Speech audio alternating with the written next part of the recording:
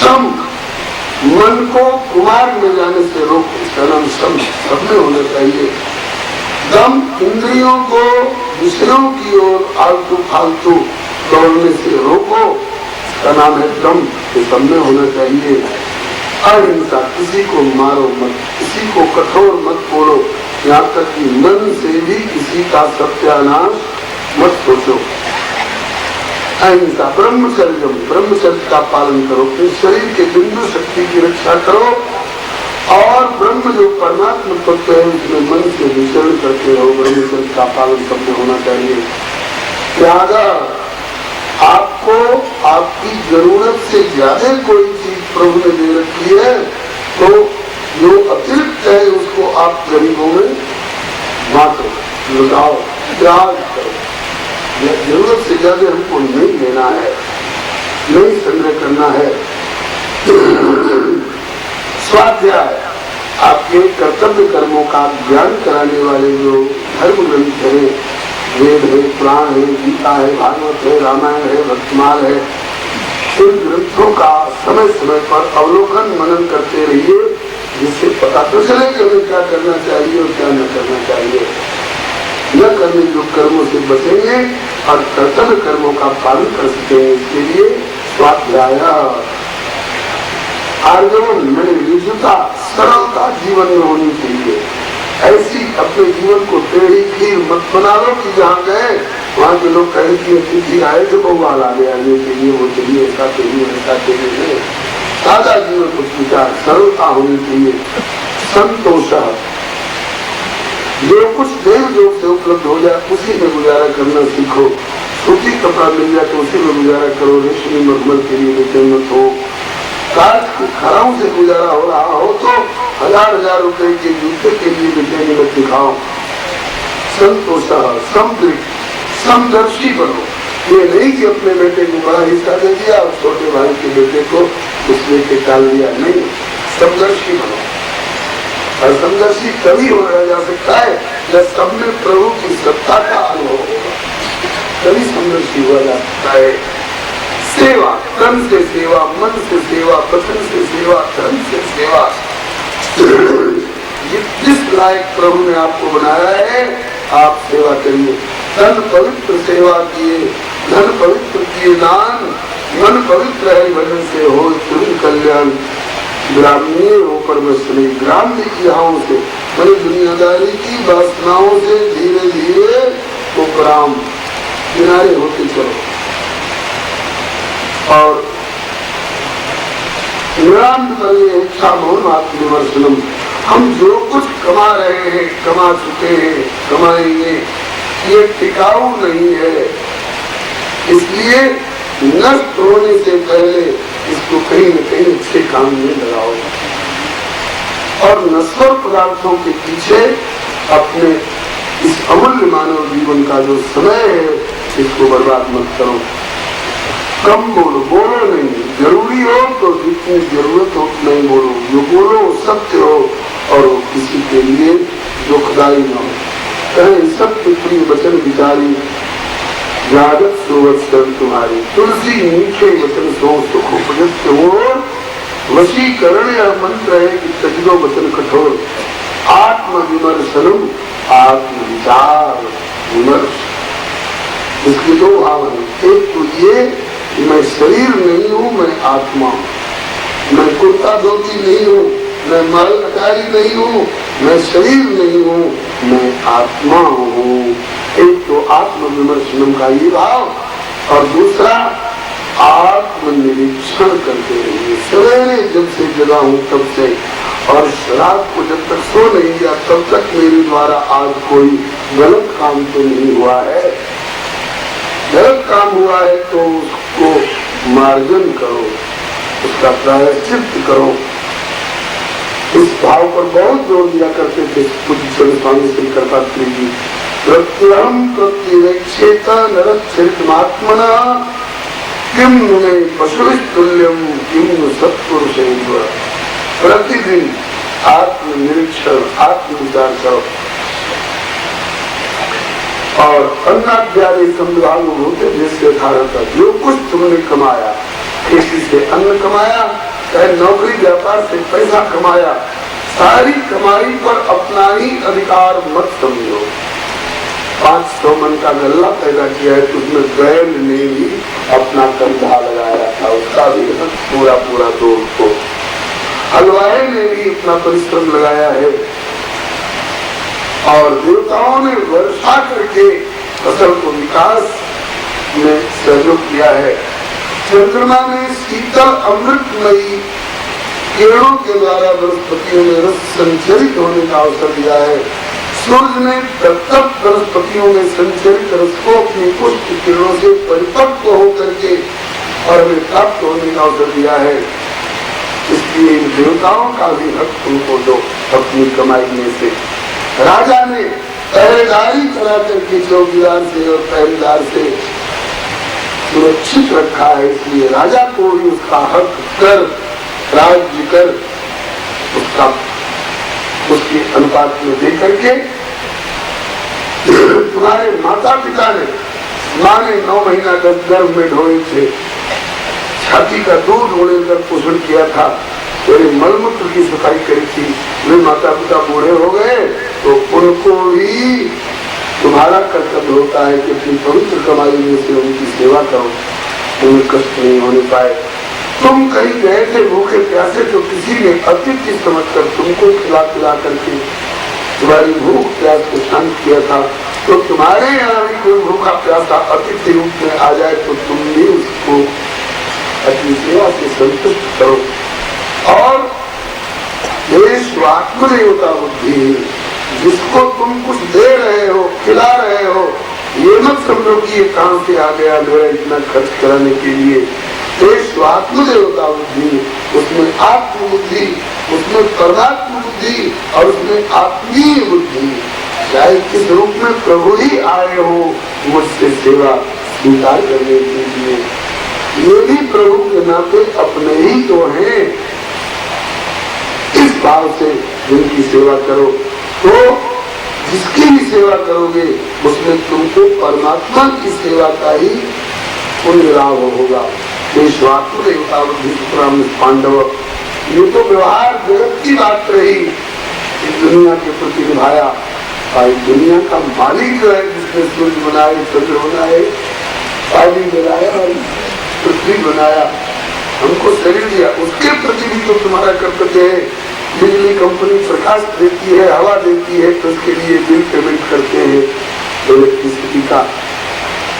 Water supply company water tax लेती है। भगवान ने इतना प्रकाश और पानी और सबका प्रबंध कर रखा है, तो उनका भी तो कुछ हक होता है हमारी कमाई में, हमारे जीवन में। भगवान के नाम पर भी कुछ मत्था टेकना सीखो, उनकी स्तुति करना सीखो और उनके चरणों में जो कुछ उनकी कृपा से प्राप्त है वो अर्पण करके ग्रहण करना सीखो। इसी को नवधा भक्ति कहते हैं। श्रवणम कीर्तनम शास्त्र स्मरणम माताम गते सेवत ज्ञानदासम सत्यम आपके समर्पण। इस प्रकार से ये सनातन धर्म का वर्णन किया और कहा कि मानव मात्र का धर्म है, ऐसा नहीं कि किसी खास देश अथवा किसी खास समुदाय के लोगों का, मानव मात्र का धर्म है। अब इसके अवान्तर भेद भी बताते हैं। एक ही व्यक्ति चाहे कि हम खेती भी कर ले, नौकरी भी कर ले, व्यापार भी कर ले, टेबल भी संभाल ले, हम कपास भी बोले और कुटाई भी कर ले और कटाई भी कर ले, बुनाई भी कर ले, कटाई सिलाई भी कर ले, हम सरसों भी बुन ले और उसकी तेल कढ़ाई भी कर ले। एक ही व्यक्ति सारे काम नहीं कर सकता है। जैसे परिवार के व्यक्तियों को विभाजन करना पड़ता है, तुम चौका संभाल लो, तुम बाहर का मार्केटिंग संभाल लो, तुम खेत संभाल लो, तुम दुकान संभाल लो। इसी तरह से पूरे समाज को एक परिवार समझ करके परमात्मा ने सारे समाज को वर्गीकरण किया, ब्राह्मण, क्षत्रिय, वैश्य, 4 वर्णों में विभाजित किया, चारों की सेवा बताई। ब्राह्मण विद्या पढ़े, विद्या पढ़ावे, दान ले, दान दे, यज्ञ करे, यज्ञ करावे। क्षत्रिय इन सभी की रक्षा करे और समाज पर कोई संकट नहीं आने पावे, प्रजा से कर लेकर फिर प्रजा का ही उसके द्वारा हित करे, अपने अपनी रोजी रोटी संक्षेप में चलाते हुए वैश्य कृषि गोरक्षा वाणिज्य के द्वारा उचित रीति से संपत्ति का संग्रह करे और अपने संग्रह किए हुए संपत्ति में से अपनी जरूरत से ज्यादा जो संग्रह हुआ है उसके द्वारा कहीं अनाथालय, कहीं विद्यालय, कहीं औषधालय, कहीं धर्मशाला इत्यादि बनवा करके और जन समुदाय का उपकार करे। ये वैश्य का धर्म है। शुद्ध इन तीनों वर्णों की शारीरिक सेवा के द्वारा संतुष्टि उपलब्ध करे, इनका प्यार प्राप्त करे। इन 4 वर्ण का धर्म बताया गया है। आजकल सुना है राजकीय स्तर पर वर्णाश्रम की चर्चा करना अपराध है। दर्शक तो वर्णाश्रम को मिटाया नहीं जा सकता है। अगर मिटाया जाए तो व्यवस्था सुधरेगी नहीं बल्कि और व्यवस्था बिगड़ेगी। बाहरी वर्ण व्यवस्था को मिटा भी दो, आपके शरीर के भीतर वर्ण व्यवस्था है। गर्दन से ऊपर का भाग ये ब्राह्मण भाग है। आँख, कान, नाक, मुंह इत्यादि के द्वारा ज्ञान अर्जन करना, बुद्धि में संग्रह करके और ज्ञानोपदेश करके और सारे समाज का पक्ष करना, ये ब्राह्मण भाग है। क्षत्रिय भाग ये भुजा है। शरीर के किसी अंग पर चोट आवे तो यही आगे बढ़ करके तलवार की भी चोट होगी, आप यही अपने ऊपर लेकर उस शरीर की रक्षा करता है। ये क्षत्रिय भाग है। गर्दन से नीचे, घुटने से ऊपर ये वैश्य भाग है। दूध, फल, रोटी, नमक सब स्टोर करके और इसका रस केवल अपने ही नहीं बल्कि मालिक को पहुंचाएगा। अंतःकरण में बैठा हुआ अंतर्यामी परमात्मा पल्पिटेशन की प्रक्रिया के द्वारा शरीर के नीचे से लेकर के ऊपर तक के हर अंगों को बराबर बराबर अनुपात में किसको जहाँ जितनी जरूरत हो रक्त का संचार करके सारे शरीर को ताकत देगा। गोस्वामी जी ने लिखा है कि सेवक कर पद नयन सो मुख सो साहेब हो, तुलसी प्रीति की रीति भली सुखम सराहन सो।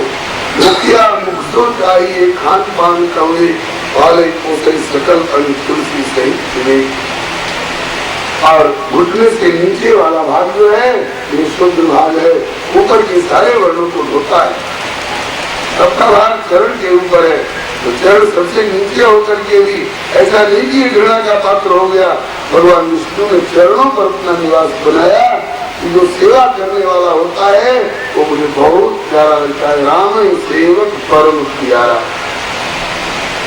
सारे अंग अपनी अपनी जगह पर श्रेष्ठ होते हुए भी प्रभु ने चरणों पर निवास किया क्योंकि सबकी सेवा करता है। और यही कारण है कि पूजा चरणों की जाती है, मस्तक की और हाथ की पूजा नहीं होती है। ये 4 वर्ण की बात बताई। इसी तरह से एक व्यक्ति के जीवन को 4 भाग में बांटा गया है जिसको 4 आश्रम कहते हैं। जीवन का प्रारंभिक भाग ब्रह्मचर्य आश्रम, गुरुकुल में ब्रह्मचर्य पूर्वक रहकर गुरु जी की सेवा करते हुए विद्या का अध्ययन करो, ब्रह्मचर्य का पालन करो, स्त्री सुंदर से दूर रहो। आजकल सब शिक्षा पर लोग जोर दे रहे हैं। ऋषियों ने मना किया आग को पेट्रोल से अलग रहना पड़ेगा, नहीं तो हाईली इनफ्लेमेबल जो पेट्रोल है उसको और आग को दोनों को एक जगह रख दोगे तो आग लगेगी और फिर तुम संभाल नहीं सकोगे। सुना है कि ईरान और इराक के पेट्रोल के कुओं में जाने कितने दिन आग लगी रही, बुझी नहीं रही थी। इसी तरह से ब्रह्मचर्य अवस्था में ब्रह्मचारी विद्यार्थी को स्त्री समुदाय से दूर रहना चाहिए। वो चाहे अपनी माँ बहन बेटी हो तो क्या, इनसे भी अलग रह करके विद्या का अध्ययन करना चाहिए। यदि वहीं से विद्या पढ़ते पढ़ते आपको आपकी अविद्या दूर हो गई और विद्या का सही अर्थ आपको लग गया, विद्या अमृतमस्तुते, संसार से वैराग्य हो गया तो यदा हरे हो निर्जय तदा हरे हो प्रभुजित, वही से संन्यास भी ले सकते हैं। विद्या के जीवन से ऐसा विधान है। और यदि आपको घर गृहस्थी की याद आ रही है तो आप समावर्तन संस्कार पूर्वक गुरु जी की दक्षिणा से संतुष्ट करके घर लौट सकते हैं। कुल के अनुरूप कन्या से विवाह करिए। आजकल अंतर जातीय विवाह पर लोग जोर दे रहे हैं, क्या फर्क पड़ता है, वही खून उनके शरीर में वही खून उनके शरीर में। नहीं, ब्लड में ग्रुपिंग होती है। ए ग्रुप का ब्लड, बी ग्रुप का, सी ग्रुप का, डी ग्रुप का, प्लस ग्रुप का, माइनस ग्रुप का, अलग अलग ब्लड होता है। जिसके शरीर का ब्लड जिस ग्रुप का है उसके शरीर में उसी ग्रुप का ब्लड इंजेक्ट किया जा सकता है, नहीं तो रक्त भी नष्ट होगा, वो रोगी भी नष्ट होगा। बैल का विवाह ऊंट से नहीं हो सकता है, हाथी का विवाह बकरी से नहीं हो सकता है। अपने अपने वर्ग के अनुसार लोग विवाह करेंगे तो वर्ग संकरता नहीं आएगी, अतः अपनी अपनी मर्यादा में रहकर सुखी रहेंगे। और अगर गृहस्थाश्रम स्वीकार किया शादी विवाह करके, ये मत समझना कि केवल अपनी इंद्रियों को तृप्त करने के लिए ही विवाह किया गया, नहीं। गृहस्थाश्रम में प्रवेश किया तो 4 कर्तव्यों का पालन अवश्य होना चाहिए। घर में प्रवेश किया तो ठाकुर सेवा जरूर होनी चाहिए, माता पिता की सेवा अवश्य होनी चाहिए, अतिथि अभ्यागत की सेवा जरूर होनी चाहिए, और कुछ कथा पुराण की सेवा अवश्य होनी चाहिए। जिन घरों में माता पिता की सेवा नहीं, ठाकुर की सेवा नहीं, अतिथि अभ्यागत की सेवा नहीं और कथा पुराण की सेवा नहीं, वह घर स्मशान हो जाता है।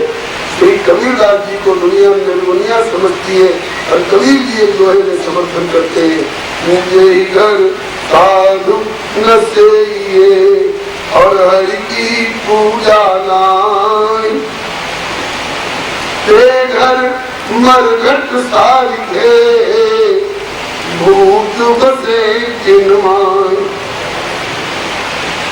गृहस्थी आपको मांग नहीं सकती है अगर आप उसे परमात्मा की समस्या को स्वीकार करें तो। गुरु जी दृष्टांत सुना करते थे, एक बार नारद जी दुर्योधन के यहाँ गए, दुर्योधन के यहाँ पूछा कि घर मकान किसका है? भाई बोले मेरा है महाराज। बाल बच्चे बोले मेरे हैं। हाथी बोले बार बार पूछते हैं, सब मेरे। नारद जी ये कह करके चले कि इस गृहस्थी की नैया पार लगने वाली नहीं है, ये मेरा मेरा का बोझ लेकर के दीप धार में डूबेगी। और वही नारद जी युधिष्ठिर जी के पास पहुंचे, युधिष्ठिर से भी पूछा ये घर मकान किसका? मेरा नहीं बोले कि प्रभु का। बाल बच्चे प्रभु के, हाथी घोड़े जमीन जायदाद सेना पलटन सब प्रभु के, तू नहीं प्रभु का। अरे सब कुछ प्रभु का। तेरा कुछ है कि नहीं? बोले हाँ मेरा भी है। क्या है तेरा? बोले सब कुछ प्रभु का है और मेरा प्रभु है, मेरा केवल प्रभु है। ये भाव जिसके मन में आ गया, वो चाहे घर में रहे चाहे जंगल में रहे, उसकी नैया पार लगेगी। और जिसने केवल दुनियादारी को मेरा, ये भी मेरा, ये भी मेरा, ये भी मेरा, तो कहते हैं उपनिषद का वाक्य, जो अक्षरे मृत्यु जो अक्षरे अमृत मस्तुते, दो अक्षर का प्रयोग करोगे तो मौत की ओर जाओगे, बंधन की ओर जाओगे, पतन की ओर जाओगे, नरक की ओर जाओगे। कौन दो अक्षर? मम मम मम, मेरा मेरा मेरा। और 3 अक्षर का प्रयोग करोगे तो अमरता को प्राप्त करोगे, बंधन से छूटोगे। 3 अक्षर कौन है? इस मम के साथ एक ना और जुड़ गया, न मम न मम न मम। यही न मम मंत्र के साथ दीक्षा में नमा बन करके, स्वाहा बन करके और आगे भी जुड़ता है, जो हमारे अहंकार और ममकार का निषेध करके और परमात्मा के चरणों में जोड़ देता है। ठीक है, मेरा कहना सीखो, लेकिन मेरापन जोड़ो कहाँ? बोले कि सबके ममता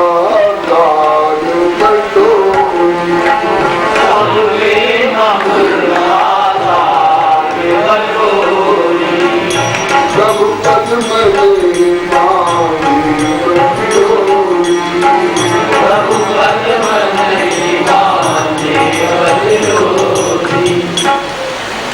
पद आश्रम में 4 कर्तव्य का पालन जरूर करो। जैसे सब मकान बन रहे हैं, ये शयन कक्ष है, ये रसोई घर है, ये शौचालय है, ये अमुक है, ऐसे ठाकुर का घर जरूर होना चाहिए। श्री हरे नमः। सेवा, माता पिता की सेवा, कथा पुराण घर में नित्य होना चाहिए। कोई वशिष्ठ जैसे सुनाने वाले मिल जाए तो वेद पुराण वशिष्ठ बखा नहीं, सुने राम जब समझानी। और ऐसे कोई सुनाने वाले न मिले, घर के गार्जियन हो, तुम ही बैठ जाओ, आओ बच्चों आप तुमको ध्रुव जी की कथा सुना रहे हैं, बच्चों पर बढ़िया संस्कार पड़ेगा। भैया भी अपने बच्चे को घर घर घूमने का प्रशिक्षण देती है, अपने दांत से घुमा घुमा कर। हर प्राणी अपने अपने बच्चे को पक्षी उड़ने का प्रशिक्षण देते हैं, भैया घर घर घूमने का प्रशिक्षण देती है अपने बच्चे को। आप मानव होकर के अपने बच्चे को मानवता का प्रशिक्षण देंगे तो मानव तो ये सारा प्रशिक्षण हमारे आज जीवन में भरा हुआ है। इसके बाद गृहस्थी में रहते रहते 50 वर्ष बीत गए, 51वां के बाद घर में रहने की मत सोचे। अंत गणित के हिसाब से काशी वाले डॉक्टर श्रीनाथ मिश्र जी कहा करते हैं कि 49 और 50 तक आश, 49 मेरी आश, 50 मेरी आश है, और 50 के बाद कौन अक्षर है, अंक है 51, 52, 54, 57, 58। इनमें वन आता है बार बार, ये संकेत देते हैं अक्षर की अब घर छोड़ो, अब वन की ओर ताको। वृंदावन, चित्रकूट वन, दंडक वन, नैमिषारण्य वन। और अगर 58 तक वन की ओर घर वालों को कह दो, ले भैया फाइल लेकर तू ले संभाल तू अपना घर परिवार, मैं तो वृंदावन वास करूंगा। 58 तक अगर नहीं चेते उसके बाद कौन अंक आएगा, 59, 60, 62। उसके बाद घर में रहोगे तो सच ही आ जाओगे, सब कहलाने लग जाओगे। वानप्रस्थ, इस अवस्था में वानप्रस्थ वृंदावन में निवास करो, और वहां भी जाकर ये नहीं कि सेविंग सेट और किचन सेट और टी सेट और ट्रांजिस्टर सेट सेटे नहीं रहना, तो गरीब में सेटल करके रहते। वहां जाओ तो भगवत धाम और भगवत धाम प्रभु इनके अतिरिक्त और चर्चा नहीं और चिंता नहीं, सकता पुण्य का संचय करो। इसके बाद चौथे पद में संन्यास जीवन न्यास समितियां अक्कल बनती है। क्या मतलब, किसी विश्वसनीय को सुपुर्द कर दो विश्वास पूर्वक, भगवान से बढ़ के कोई विश्वसनीय नहीं है। अपने कर्मों को, कर्म फलों को, कर्म वासनाओं को भगवान पर सौंप दो, यही सबसे बड़ा संन्यास है। संन्यास लेने के बाद पेड़ के नीचे रहो, आश्रम मत बनवाओ, और पेड़ के नीचे एक पेड़ के नीचे एक रात से ज्यादा नहीं, तो आसक्ति हो जाएगी, ये जगह मेरी है, पेड़ मेरा है, मैं आ जाता हूँ। सन्यासी को अपना करने लायक कुछ नहीं होना चाहिए। सोने चांदी का बर्तन मत जुटाओ सन्यास लेने के बाद, बस दो ही बर्तन चाहिए, लेने वाला अंजलि और करने वाला पेड़, इससे बर्तन की सन्यासी बड़ी कंठा से गुजारा करने सन्यासी।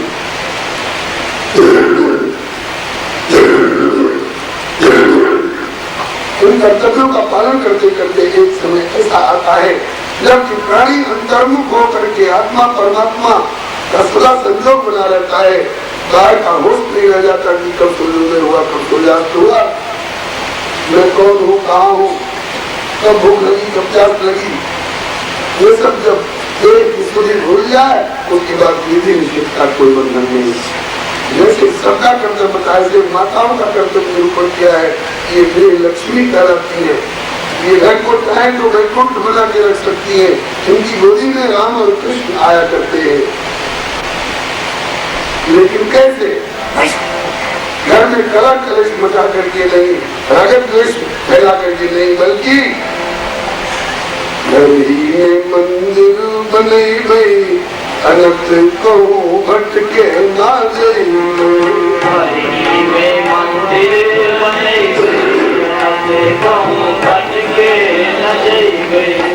सासु को बुरा ससुर को शंकर, सासु को बुरा ससुर को शंकर, पति जी को विष्णु बने को भटके न गई, पति जी को विष्णु बने गई।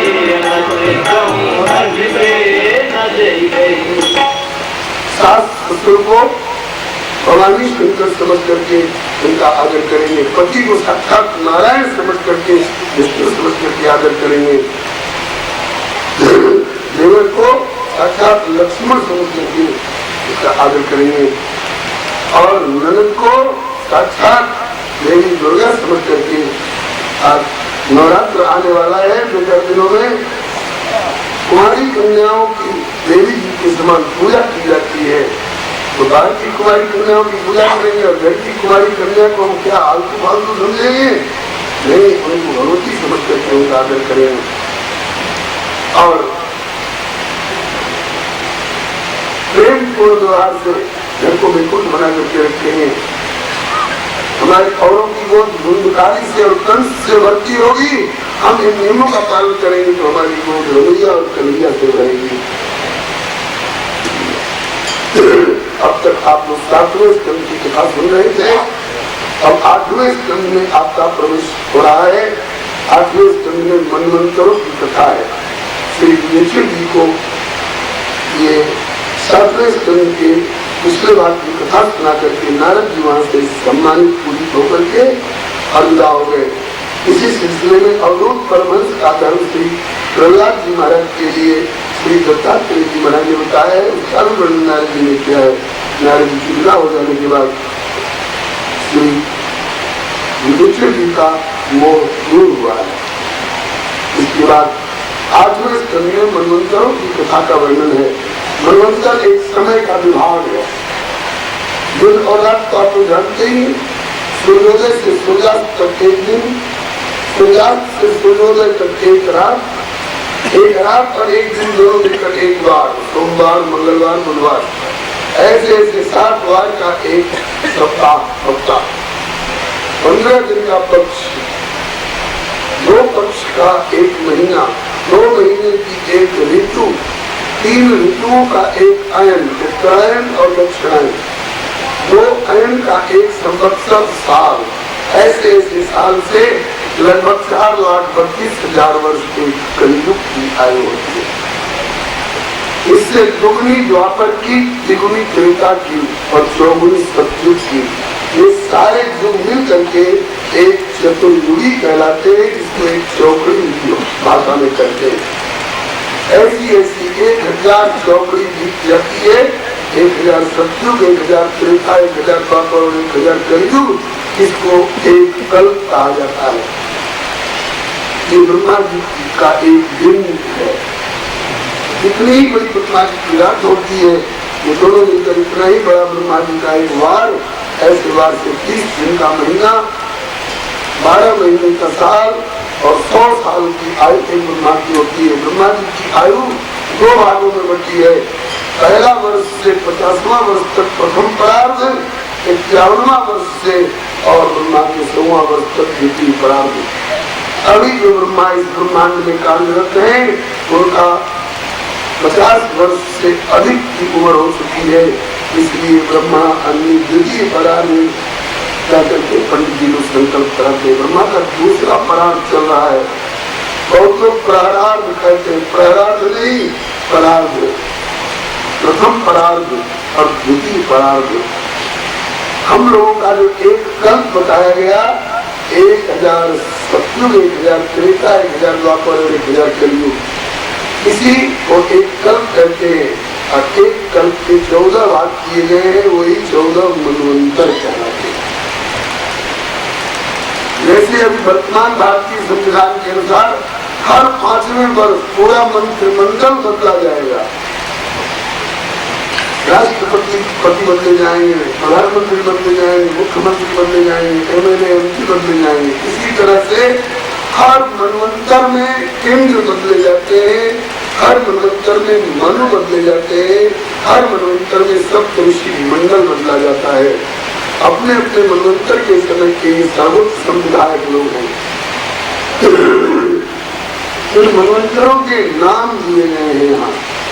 पहला मनवंतर का नाम स्वयंभू मनवंतर कहलाता है, स्वयंभू मनु के कारण। दूसरे मनवंतर का नाम स्वारोचिष मनवंतर, तीसरे मनवंतर का नाम उत्तम मनवंतर, चौथे मनवंतर का नाम तामस मनवंतर।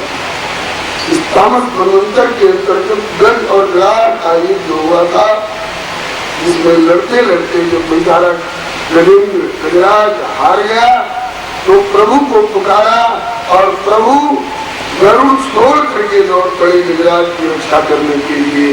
ये चौथे मनवंतर की कथा है। इसका नाम तामस मनवंतर था। इस कथा को सुनकर परीक्षित की चौंक गए, कहा ठहरिए प्रभु, लेकिन जिज्ञासा हो रही है। हाँ बोलो क्या बात है? ताकि अच्छे अच्छे समझदार कहलाने वाले मनुष्य भी अंतिम समय में जब प्राण संकट में पड़ते हैं तो भगवान की याद सबको नहीं आती है। कोई कहता है कि डॉक्टर बुला लो, कोई कहता है अपोलो हॉस्पिटल में ले चलो, कोई कहता है यशलोक में ले चलो, कोई कहता है कि अमेरिका में चलो, वहाँ बढ़िया इलाज होता है, कोई कहता है कार देकर मेरे लल्ला को बुला दो।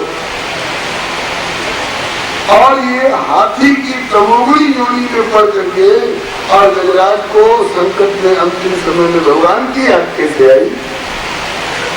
दूसरी जिज्ञासा, बड़े बड़े ऋषि मुनियों की पुकार पर भी भगवान जल्दी आने को तैयार नहीं, और ये अदना तमोगुणी योनि में पड़े हुए हाथी की पुकार पर भगवान कैसे आ गए? दो प्रश्न, हाथी की योनि में भगवान की याद कैसे आई और ऋषि मुनियों की पुकार पर भी जल्दी नहीं आने वाले, हाथी की पुकार पर जरूर छोड़कर दौड़ कैसे पड़े? इससे निश्चित होता है कि ये इस जन्म में गजराज बना हुआ, हाथी बना हुआ प्राणी पूर्व जन्म का कोई लोकोत्तर व्यक्तित्व वाला महापुरुष रहा होगा, किसी भूल से हाथी बनना पड़ा होगा। हाँ परीक्षित ठीक करते हो। महाराज इनका मैं विशेष विस्तार से सुनना चाहता हूँ, बोले सुनो।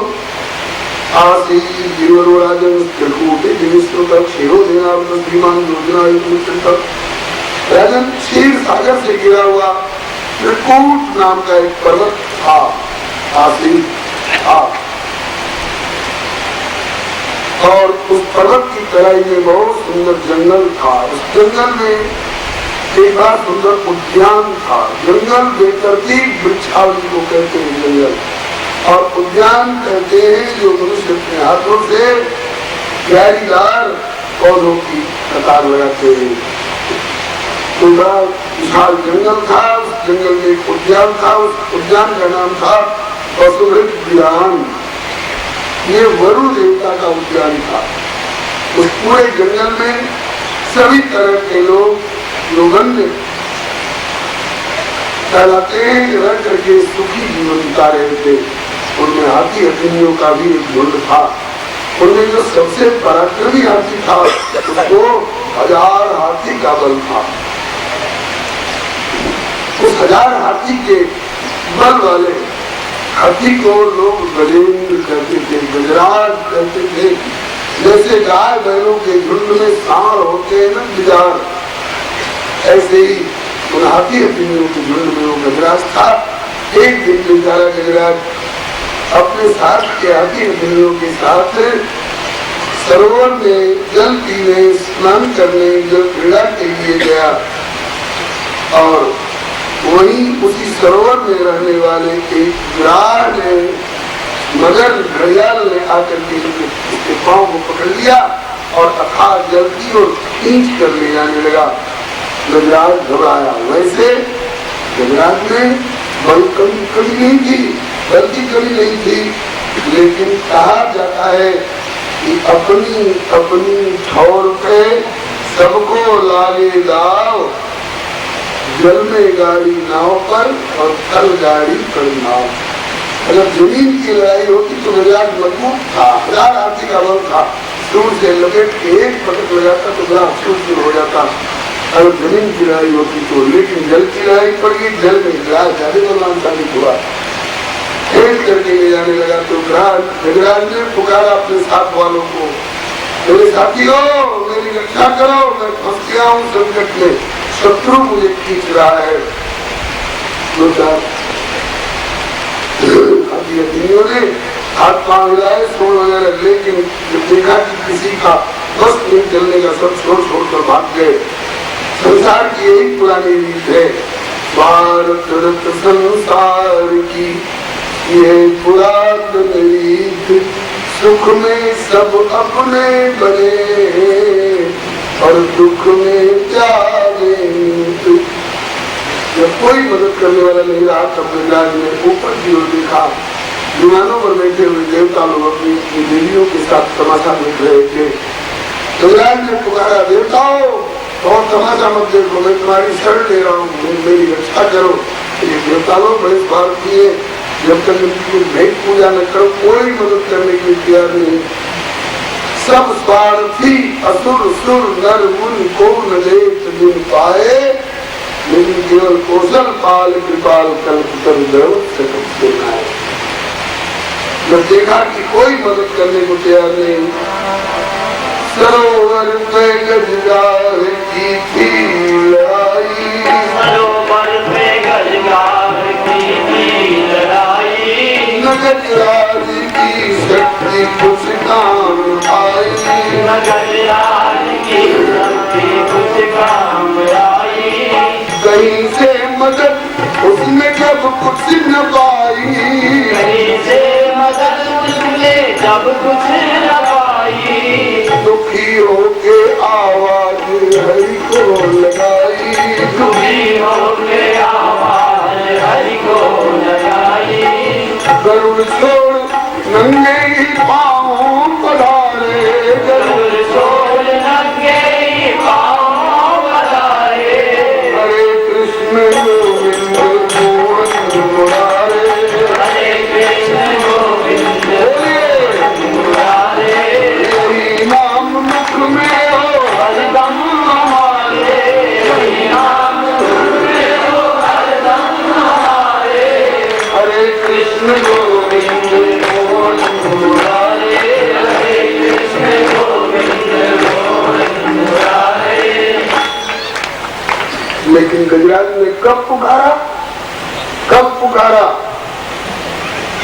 जब लग गज अपनो बल बरत्यो नेक सरो नहीं काम, निर्बल होई बलराम पुकारे सौधाए आगे नाम।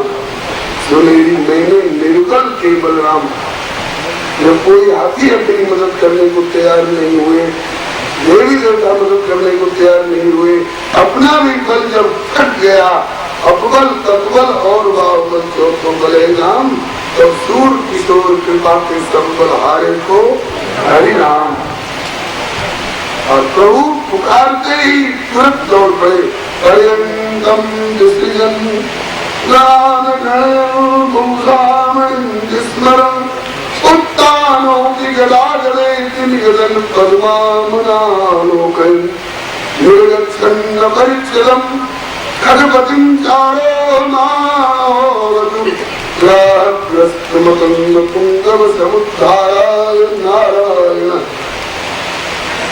एकदम दौड़ पड़ी, उठे राम सुन प्रेम अधीरा, कौं पट कौं संग धन थीरा।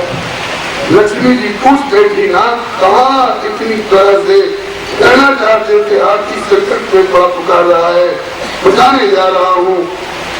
इतना लंबा वाक्य जब तक कहेंगे तब तक तुम डूब जाएगा, इसलिए हाथी हा सुना लक्ष्मी जी ने और थी सुना गजराज ने।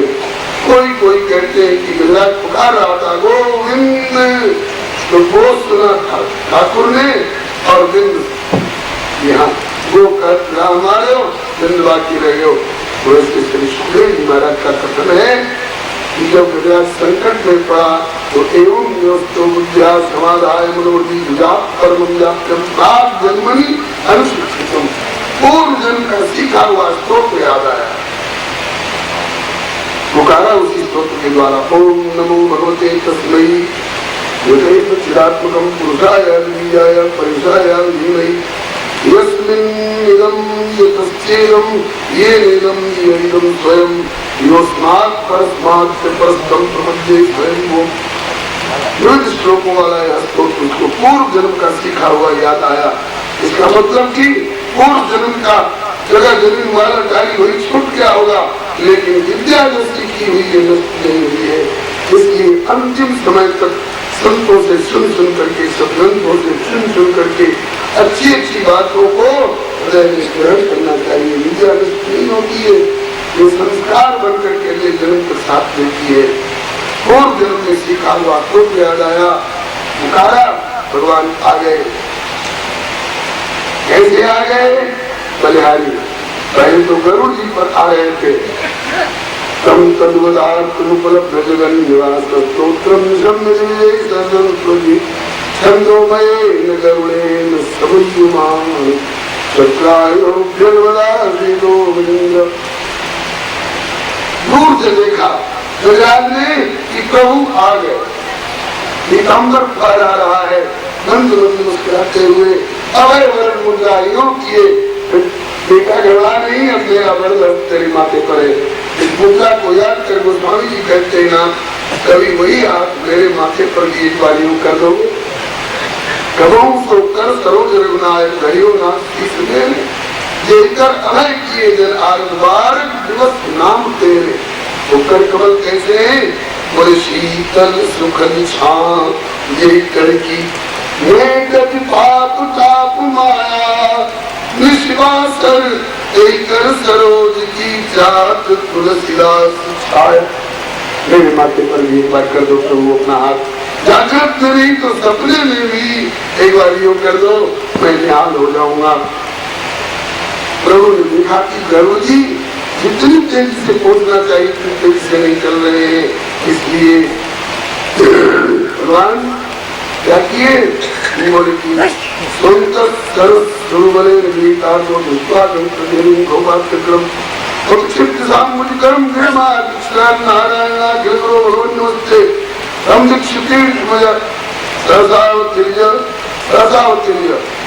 प्रभु एकदम कूद पड़े। गुजरात ने देखा कि प्रभु आ गए तो तसल्ली भी हुई, अब बस जाऊंगा। लेकिन संकोच भी हुआ। संकोच किस बात का? एक राष्ट्रपति को आवाहित कर दें और उनको बिछाने लायक एक चटाई न हो, उनको पहनने लायक एक माला न हो, पहनने के लिए 2 लड्डू पेड़ा बर्फी न हो, संकोच होगा ना? एक राष्ट्रपति की कौन कहे, अनंत अनंत ब्रह्मांडों के स्वामी को बुला दिया। आ भी गए, न मेरे पास अर्घ है, न पाद्य है, न आसमन है, न धूप है, न दीप है, न नैवेद्य है, ऐसे इनका सत्कार करूं। उसी समय सूर से एक कमल का फूल टकराया और वही कमल का फूल सूर से उठा करके था नारायणाखिल गुरु भगवान नमस्ते। कई चराचर के स्वामी नारायण मेरे पास यही एक कमल का पुष्प है, बस इसी को अर्घ पाद्य आचमन धूप दीप नैवेद्य जो ही मान लो, यही आपके चरणों में नमः समर्पित है। श्री हरे भगवत्सल भगवान भगवान कूद पड़े, गरुड़ जी पर से कूद पड़े सहसा और कूद करके क्या किया? बलिहारी पानी में चक्र चलाया, नहीं नहीं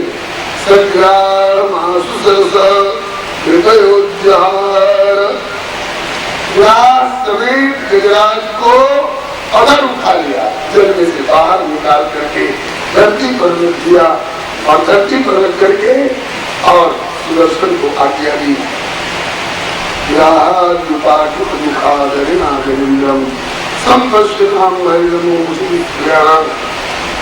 देवता लोग मुंह ताकते रह गए, कोई कुछ नहीं कर सके। और भगवान ने जब ग्रास समेत इसको अगर उठा करके घर को बता के रखा, सुदर्शन को आज्ञा दी इस ग्राह का मुंह फाड़ कर मेरी प्यारी विराट का फंदा छुड़ाओ। श्री सुदर्शन जी ने ग्राह का मुंह फाड़ा, विराट का फंदा छुड़ाया। विराट का मुंह फटते ही उसकी आंख ज्योति निकली, दिव्य रूप धर करके जुनान पर बैठ कर दिव्य रूप हो गई। लोगों ने पूछा कि प्रभु गजराज के लिए आए थे कि ग्राह के लिए आए थे? गज की पुकार पर आए थे कि ग्राह की पुकार पर आए थे? गज का उद्धार करने आए थे कि ग्राह का उद्धार करने आए थे? बोले आए तो थे गज की पुकार पर। बोले गज तो जो का क्यों खड़ा है, ग्राह का उद्धार पहले कैसे हो गया? एक संत स्वभाव है। प्रभु ने उत्तर दिया कि दोनों ने 2 का आश्रय लिया था। गजराज ने नारायण के चरणों का सहारा लिया था और ग्राह ने किसके चरण पकड़े थे? गजराज जैसे भक्त के चरण पकड़े थे। उद्धार दोनों का होना है, भक्त चरणाश्रित का भी और भगवत चरणाश्रित का भी। प्राथमिकता किसको मिलेगी? बोले भगवान के चरण का सहारा लेने वाले का उद्धार बाद में, और भक्त के चरण का सहारा लेने वाले का उद्धार पहले। इसीलिए गोस्वामी बिंदु जी का एक पद है, ये सांवले को मनाने की राह करते हैं, ये सांवले को मनाने की राह करते हैं, कि जान बूझ के कुछ गुनाह करते हैं, कि जान बूझ के कुछ गुनाह करते हैं। अभी तो ये था कि उनको ही चाहते थे, उनको चाहते थे, अभी तो ये था कि उनको ही चाहते थे, मगर अब तो उनके चाहने वालों की क्या करते, उनके चाहने वालों की क्या करते, अब तो उनके चाहने वालों की क्या करते, अब तो उनके चाहने वालों की क्या करते। भक्त के चरणाश्रय लेने वाले का उद्धार करे। इसकी बात प्रभु ने गजराज को भी उस हाथी वाले शरीर में से निकालकर चतुर्भुज स्वरूप प्रदान किया और अपने साथ अपने धाम को ले गए प्रभु। और ये बता करके हम लोगों को आश्वासन दे करके भगवान ने कहा कि ऐ मेरे प्यारे गजराज, जो मुझको तुझको इस सरोवर को इस घटना को सवेरे सवेरे जगते ही याद कर लिया करेगा और अंतिम समय में मैं उसको निर्मल मति प्रदान करके और अपने धाम में बुला लूंगा। हम लोग कहीं दूर नगर जाते हैं, कलकत्ता मुंबई, तो 2 जगह रिजर्वेशन चाहते हैं, एक तो ट्रेन में बर्थ रिजर्वेशन और दूसरे उस नगर में धर्मशाला का कमरा रिजर्वेशन।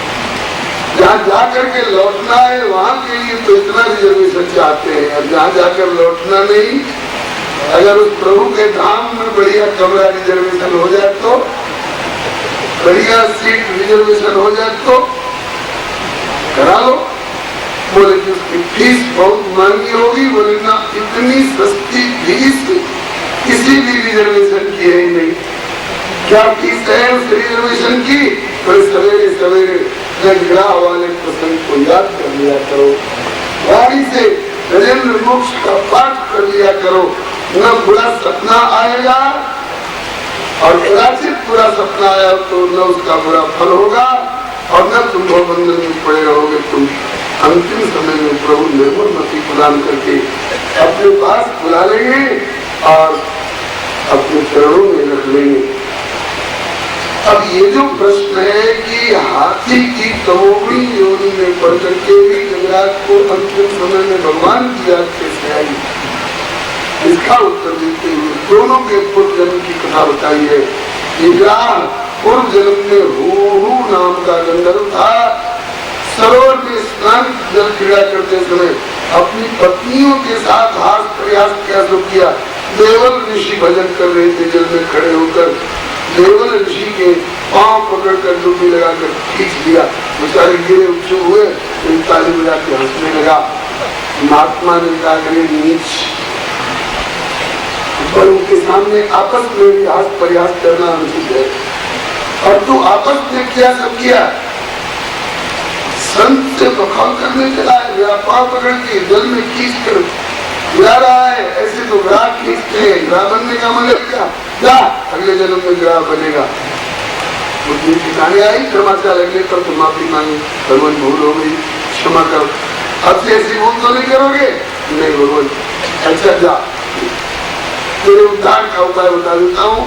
ग्राह बनकर जिस सरोवर में रहेगा, उसी सरोवर में गजराज भक्त आएंगे, उनके पांव पकड़ लेना, तो उनकी रक्षा के लिए नारायण आएंगे, तेरा उद्धार कर देंगे। तभी से ये ग्राह प्रतीक्षा कर रहा था, कब गजराज भक्त आओगे, कब चरण पकड़े। इतनी दृढ़ता से पकड़ा, मेरे बुलाने पर तो नारायण आएंगे नहीं, तो भगत नहीं बोला, जब तक प्रभु का दर्शन नहीं कराएगा तब तक छोड़ूंगा नहीं। हमें भी प्रभु का दर्शन चाहिए तो किसी संत के चरण दृढ़ता पूर्वक पकड़ ले और जब तक प्रभु से नहीं मिलाओगे नहीं छोड़ेंगे। हाँ, इतना अंतर जरूर होना चाहिए। पुराने दांतों से चरण पकड़े थे, हम लोग दांत से किसी संत के चरण नहीं पकड़ेंगे। कैसे पकड़ेंगे? हाथ से। इन हाथों में वो ताकत है ही नहीं जो संत को पकड़ा जा सके। वो तो हृदय के प्रेम वाले हाथों से पकड़ा जा सकता है। बाबा श्री मल्लिकार्जुन जी कहते, चल मन ढूंढन जाइए सतगुरु के छोना, सिर के साटे पाइए राम खिलौना, प्रेम जंजीर जड़ाए के गहरा को भाई, इन संतन के प्रेम से मिले हैं रघुराई। मनुख सब छाड़ के गहले आला, जो ये मूर्ख संत की संसद जान गोपाला। अब गुजरात के पूर्व जन्म की कथा बताते हैं। ये गुजरात पूर्व जन्म में द्रविड़ देश के राजा इंद्रद्युम्न थे। पर्वत की गुफा में बैठे बेटाधारी भजन तपस्या कर रहे थे। अगस्त मुनि आए अपने कई शिष्यों के साथ। उनको देख कर ये चाहिए था उसमें खड़े हो जाए, हाथ जोड़े प्रणाम करें, सत्कार करें। ये उठे तक नहीं, हाथ तक नहीं जोड़े, चुप लगा गए। अगस्त जी को आया रोष, बड़ा भजनानंदी बना है। राजा देखा देखी प्रजा में भी वही रीति भांति आती है। राजा था प्रजा, राजा होकर जब तो ही ऋषियों का, संतों का, गुरुजनों का आदर नहीं करेगा तो प्रजा का क्या हाल होगा। और उनकी रीति भांति न बिगड़े, इसलिए जैसे बच्चों की गलती पर माता पिता तमाशा कर देते हैं, ऐसे अगस्त जी ने राजा इंद्रद्युम्न की गलती पर साफ का एक तमाशा कर दिया। जा हाथी की तरह बैठा है, आगे की खबर नहीं, अगले जन्म में हाथी बनेगा। फिर उन्होंने माफी मांगी, भगवान भूल हो गई, अपराध क्षमा करो। जो भूल कबूल कर ली, बोले हाँ अब से ऐसी भूल तो नहीं करोगे। बोले नहीं, काली जाओ, सुधा कर देता हूँ। हाथी के शरीर में जब प्राण संकट पड़ेगा तो इस जन्म का सीखा हुआ स्तोत्र तुमको याद आएगा मेरी कृपा से, और स्तोत्र से भगवान को पुकारना, भगवान आकर तेरा कल्याण कर देंगे। जिस प्रभु की प्राप्ति तू इंद्रद्युम्न राजा के शरीर से नहीं कर सका, उस प्रभु की प्राप्ति हाथी के शरीर से तुमको हो जाएगी।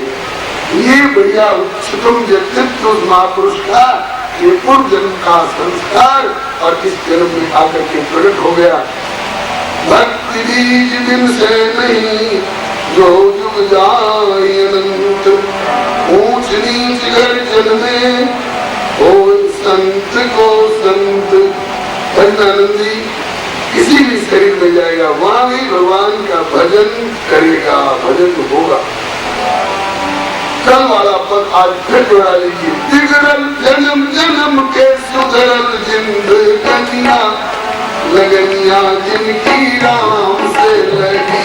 बिगड़ल जन्म जन्म के सुधरल जिंदगनिया, लगनिया जिनकी राम से लगी। कल आपने सुना था अजामिल की जुड़ी बन गई, आज सुनिए। बिगड़ल राजा इंद्रद्युम्न के हाथी के तन पवले, बिगड़ल राजा इंद्रद्युम्न के हाथी के तन पवले। जल में डूबे लगले तब नारायण के बोले, जल में डूबे लगले तब नारायण के बोले। प्रभु जी मगर मार के, प्रभु जी मगर मार गज रख लिया सरनिया, लगनिया जिनकी राम से। प्रभु जी मगर मार गज रख लिए सरनिया, लगनिया जिनकी राम से लगी। बिगड़ल जन्म जन्म के सुधरल जिंदगनिया, लगनिया जिनकी राम से लगी। बिगड़ल जन्म जन्म के सुधरल जिंदगनिया, लगनिया जिनकी राम से लगी। भगवान ने जग को अपना लिया, इसलिए आत्मा को सारूप लेकर के अपना धाम दिया। ये चौथे मनवंतर की कथा थी। पांचवें मनवंतर का नाम हुआ रैवत मनवंतर, छठवें मनवंतर का नाम हुआ चाक्षुष मनवंतर। चाक्षुष मनवंतर में समुद्र मंथन और देवासुर संग्राम हुआ था। इस बात को सुन करके परीक्षित जी जिज्ञासु हुए, भगवान एक मटका में यही दूध मथा जाता है मक्खन निकालने के लिए, एक रस्सी की नीति से और काट की रही से कम हो जाता है, इतने बड़े समुद्र को मथने की जरूरत क्यों पड़ी? और रई और नेति को कैसे कैसे मथा गया विस्तार पूर्वक सुनाइए। तब बताए कि एक बार दुर्वासा जी वैकुंठ से आ रहे थे और चलते समय प्रभु ने उनको अपने गले की प्रसादी माला दे रखी थी। रास्ते में देवराज इंद्र की सवारी दिखाई पड़ी, हाथी पर बैठे हुए इनको देख करके दुर्वासा जी ने सोचा देवराज है, इसका सम्मान करना चाहिए, क्या है ऋषि के पास में? वही भगवान की प्रसादी माला इंद्र को दे दी। इंद्र अपने इंद्र पद के मद में आकर के उस माला का आदर नहीं किया। अगर भक्त हृदय होते तो नीचे उतर के अंजलि मांगते, आदर पूर्वक लेकर सिर से हृदय से लगाकर धारण करके अपना सौभाग्य सराहते। भाग्यशाली हूँ जिससे कि भगवान की प्रसादी माला मिली और वो भी एक संत के हाथ से। ये सब कुछ नहीं किया, एक हाथ से लिया, न सिर से लगाया, नहीं धारण किया, बल्कि हाथी के माथे पर रख दिया। हाथी ने अपने सूंड से इसको पकड़ा, नीचे पटक कर पांव से खिंचल दिया। अपने सामने भगवान की प्रसादी माला की दोनों साथ देख करके दुर्वासा जी ने शाप दे दिया। तुझे अपने स्वर्ग लक्ष्मी का और अपने इंद्र पद का इतना मद है कि तुमने संत के हाथ से मिली हुई भगवान की प्रसादी माला को हाथी से कुचलवा दिया, धूल में मिलवा दिया। जा, तेरी स्वर्ग लक्ष्मी रूठ कर समुद्र में चली जाएगी, तू श्रीहीन हो जाएगा। देवताओं के राजा इंद्र ही श्रीहीन हो गए तो देवता लोग श्रीमान कैसे बने रहते? दैत्यों को खबर मिली, खदेड़ खदेड़ के मारना प्रारंभ किया। देवता लोग प्राय प्राय करते हुए ब्रह्मा जी की शरण में गए। ब्रह्मा जी ने कहा और बनाओ शाम शौकत अपने इंद्र पर। आज बोलोगे तो हमसे क्या कहते हो? धरती पर पांव फिसलता है तो चंद्रलोक का सहारा नहीं लिया जाता है, धरती पर पांव फिसलता है तो धरती ही सहारा देती है। भगवान के प्रति अपराध किया है, उनकी माला करते करके भगवान से क्षमा प्रार्थना करो। भगवान से क्षमा प्रार्थना की गई देवताओं के द्वारा। भगवान ने कहा कि अब तो लक्ष्मी समुद्र में चली गई है, समुद्र का मंथन करना होगा, लक्ष्मी निकलेगी तो उनकी दृष्टि पड़ते ही तुम लोग लक्ष्मीवान श्रीमान धनवान हो गए, लेकिन ऐसे ही श्रीहीन होकर के भटकते रहोगे। महाराज इतना बड़ा समुद्र मथे कौन चीज से रही कहा जाए? मंदराचल पर्वत खोल है और लंबा है, नीचे से फैला हुआ, ऊपर से सरा है। रस्सी नेती और की नाक को लपेट कर ताकि पर्वत न उठे तो सारे देवता मिलकर उठाओ। मंदराचल पर्वत सारे देवता मिलकर नहीं उठा सके तो बोले सारे व्यक्तियों को भी मिला लो, व्यक्तियों को बोले उनसे तो हमारी अनबन रहती है। बोले ऐसे मौके पर